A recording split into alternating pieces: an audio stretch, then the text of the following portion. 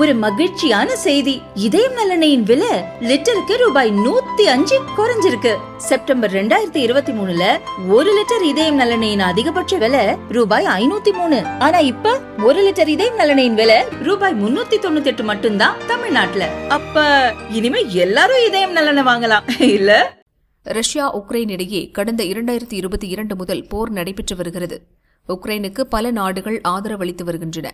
Russia ராணுவத்தில் வீரர்கள் பற்றாக்குறை ஏற்பட்டதால் வெளிநாடுகளைச் சேர்ந்தவர்கள் சேர்க்கப்படுகின்றனர். இந்தியர்கள் பலரும் ரஷ்ய ராணுவத்தில் சேர்ந்துள்ளனர்.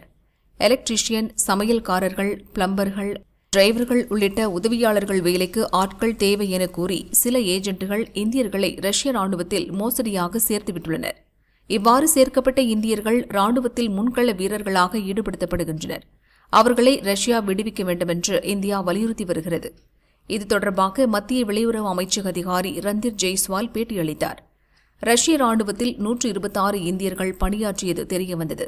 அவர்களில் 96 பேர் கண்டறியப்பட்டு இந்தியாவுக்கு அழைத்து வரப்பட்டனர். 12 பேர் மரணமடைந்துள்ளனர். எஞ்சிய 18 பேர் இன்னும் ரஷ்ய ராணுவத்தில் உள்ளனர். அவர்களில் 16 பேர் எங்கு இருக்கிறார்கள் என்பது தெரியவில்லை.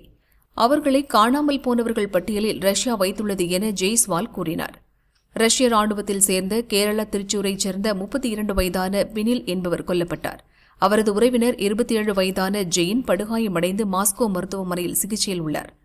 பினில் குடும்பத்துக்கு இரங்கல் தெரிவித்த ஜெய்ஸ்வால் அவரது சடலத்தை சொந்த ஊருக்கு கொண்டுவர நடவடிக்கை எடுக்கப்பட்டுள்ளது. சிகிச்சை பெற்று வரும் ஜெயினும் விரைவில் இந்தியா திரும்புவார் என தெரிவித்தார். எஞ்சிய இந்தியர்களை விரைவில் இந்தியாவுக்கு அனுப்புவது தொடர்பாக ரஷ்ய தூதரகத்துடன் இந்திய அதிகாரிகள் தொடர்பில் உள்ளதாக வெளியுறவு அமைச்சக அதிகாரி ரந்தீர் ஜெய்ஸ்வால் கூறினார். So that is the situation. 126 known cases. Out of these, 96 people have come back. 12 people have died.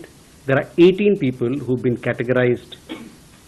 Out of these 18 people who are still serving, 16 have been categorized by the Russian authorities as missing, and we are seeking from the Russian authorities early release and repatriation of the rest of those who remain there.